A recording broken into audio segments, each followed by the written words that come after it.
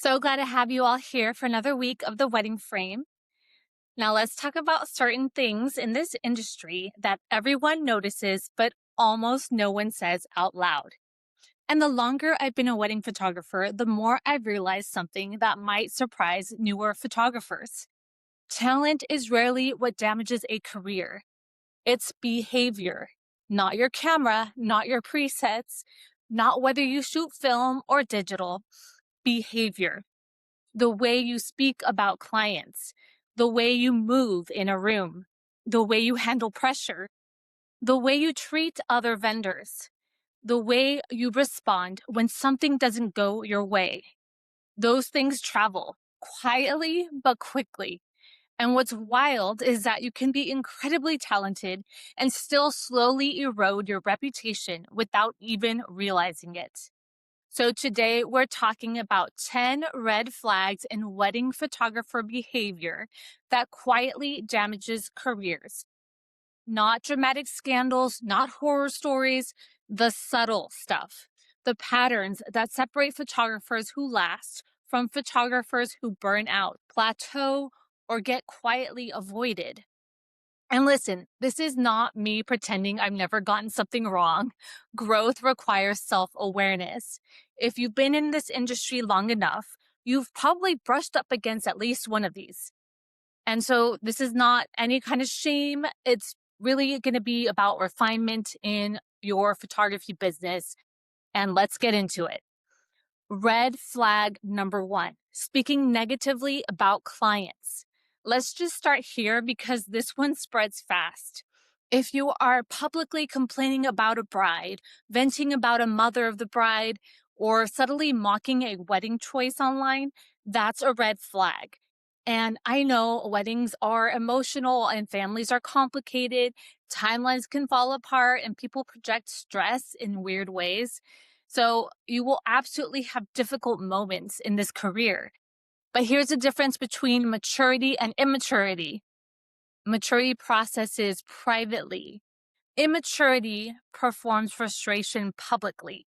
Even if you don't use names, even if you think you're being vague, tone carries. Future clients are watching how you talk about past clients. And what they're subconsciously asking is, if I mess up, if I'm emotional, if I change my mind, will she talk about me like that too? Wedding photography requires emotional safety. If a couple senses that you carry resentment, sarcasm, or gossip energy, they won't feel fully relaxed around you. And if they're not relaxed, you won't get their best moments. Now, let me add some nuance to this. There is a difference between educating and venting. Saying, here's why clear timelines matter and how to avoid stress is helpful, but saying, this bride changed her mind 5 times and drove me crazy, that's reactive. You can teach boundaries without shaming people. When photographers constantly complain about their clients, it usually reveals something else. Either weak boundaries or poor expectation setting or burnout. Because the photographers who communicate clearly, set structure early, and protect their capacity tend to have far fewer nightmare stories. That doesn't mean hard things never happen. It means they handle them quietly. Your reputation will never be built on how clever your client complaints are. It will be built on how safe people feel with you.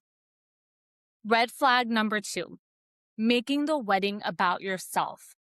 This one is subtle because it can hide behind charisma. There's a type of photographer who believes that being the loudest voice in the room equals leadership. Constant jokes, constant commentary, overhyping in the moment, narrating what's happening. And sometimes, yes, that kind of energy is helpful, but there is a line. If your personality takes up more space than the couple's, that's a red flag. The wedding is not your stage or your photo shoot. You are not the host of the show. You are there to document, guide when necessary, and protect the experience. There is a difference between confident presence and performance. Confident presence feels calm. It reads the room. It knows when to step in and when to disappear. Performance needs attention. And here's the part people don't talk about. When a photographer makes everything about themselves, it's usually insecurity. Silence feels uncomfortable. Unscripted moments feel risky. So they fill every second with direction and noise. But some of the most powerful moments happen when you step back, when you let the bride breathe, when you let dad take in what's happening, when you let a couple sit in stillness for 5 seconds longer than feels natural. You do not need to be the most memorable personality at the wedding. You need to be the most steady. The photographers who last understand that quiet confidence carries more weight than volume. Red flag number 3, disorganization, disguised as creativity. This one might sting a little, but there's this myth in creative industries that being scattered is part of being artistic, but it's really not. If clients have to follow up multiple times, if timelines are reviewed the night before, if you're asking basic questions on the wedding morning, if invoices are inconsistent, that is not creative freedom. That's basically a lack of systems. So here's the truth. Luxury experience is something that is calming and organized. And even if you don't label yourself as luxury, professionalism always feels steady. When a couple hires you, they are trusting you with something that can't be redone. They should never feel like they're managing you. Now, I want to be clear, perfection is not required. Life happens, emails get missed, things slip through occasionally, but chronic disorganization signals something deeper. Either you're overbooking or you're avoiding structure, or you think talent alone will carry you. It won't. The most successful photographers I know are not just creative, but they are operationally solid with calendars, prep calls, clear timelines, defined deliverables, turnaround, being very clear on your turnaround. Those are not things that like kill creativity. It kind of just protects it actually, because when your back end stuff is stable, then you are free to be present on the wedding day and be your creative self. In the next section, we're going to go into vendor disrespect. Ooh, that sounds like a spicy one. Trend chasing identity, pricing from fear, and insecurity that shows up as control. So this is where it's going to get real. Red flag number 4, vendor disrespect. So weddings are ecosystems. Every vendor contributes. Every timeline is coordinated. And every person in the room affects the other. And I've seen firsthand through moments I've caught myself in that subtle disrespect can quietly derail a day. Maybe it was sighing under my breath when a planner asked me to adjust something on the fly. Maybe it was that slight hesitation before I acknowledged a videographer's opinion on angles or where to stand. Like that is noticeable. And if the planner is around, the planner is definitely observing all of this. Things like that subtly add tension, and it's not just the vendors feeling it, but the couple too. Disrespect doesn't have to be loud to be damaging. Any subtle eye roll or an abrupt tone, dismissing someone's input, all of it communicates ego over collaboration. Couples pick up on it even if they can't articulate it. Vendors obviously notice, and that ripple effect can shift the mood of an entire wedding. The solution? It's simple in theory, but requires intention.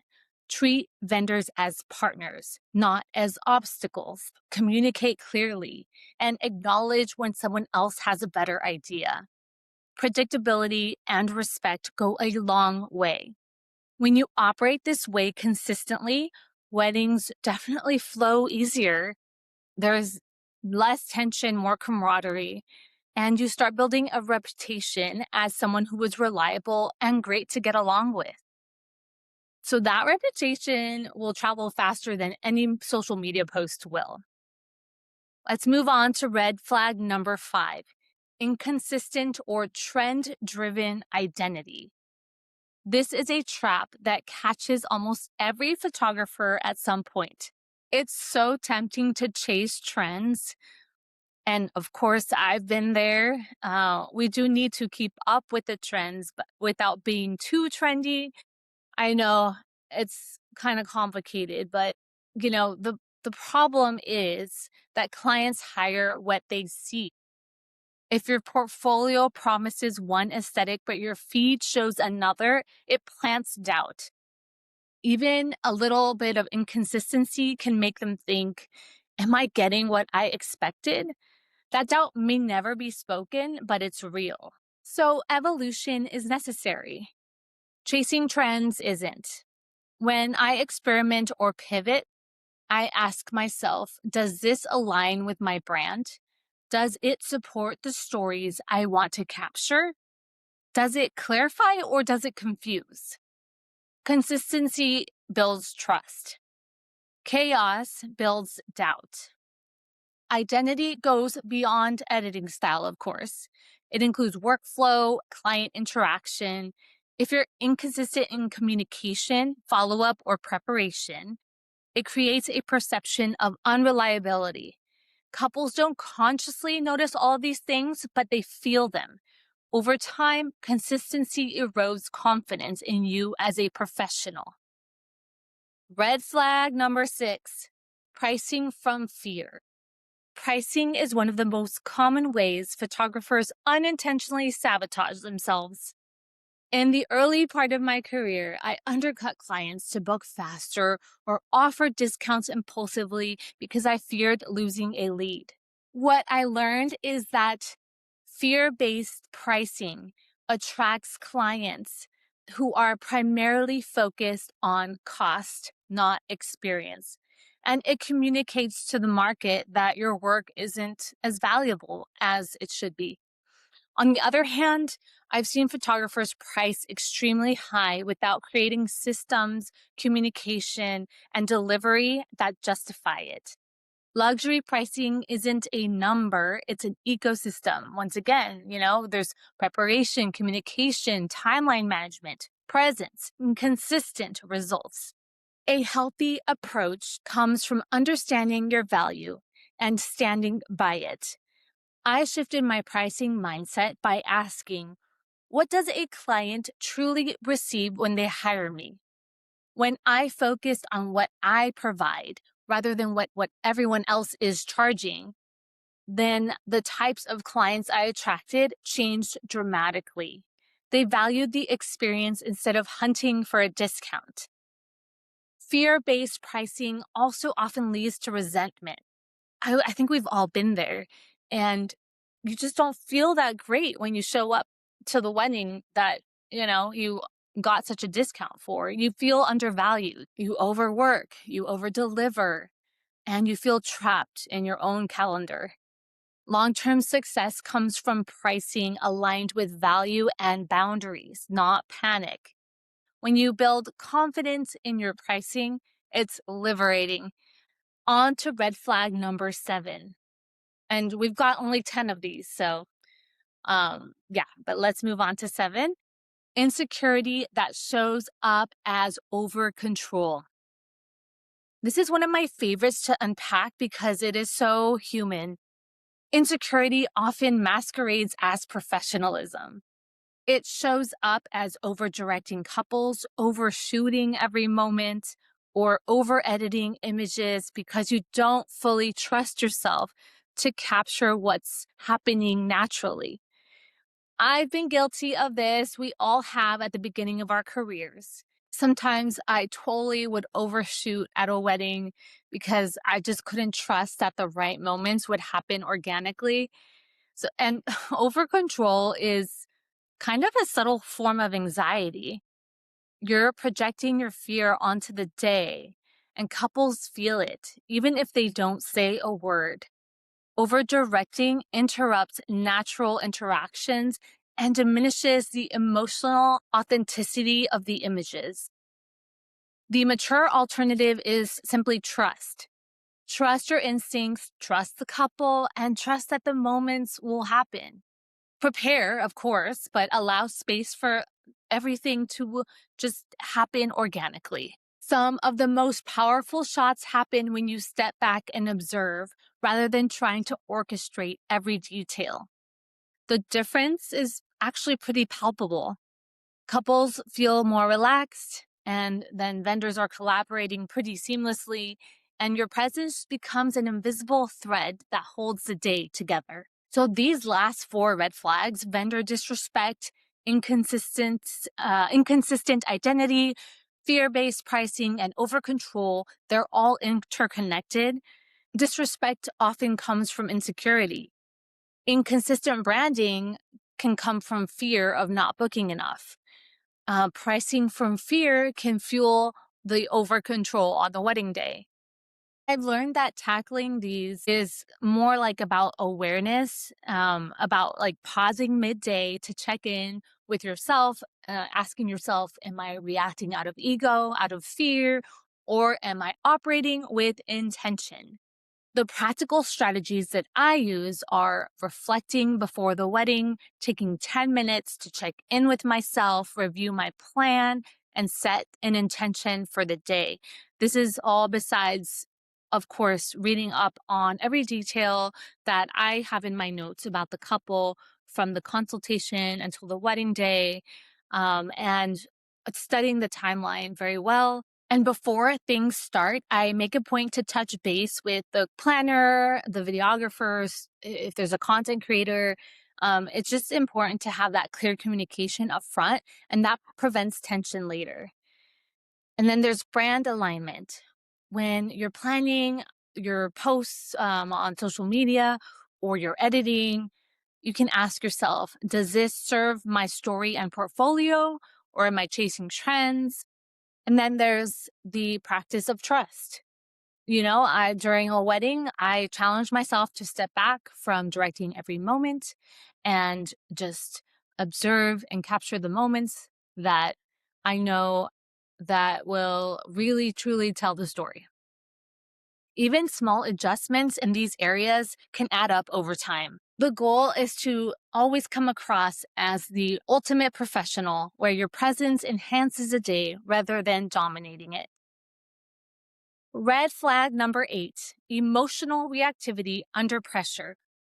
Weddings are intense. They are full of unpredictability, high emotions, and tiny crises that feel massive in the moment.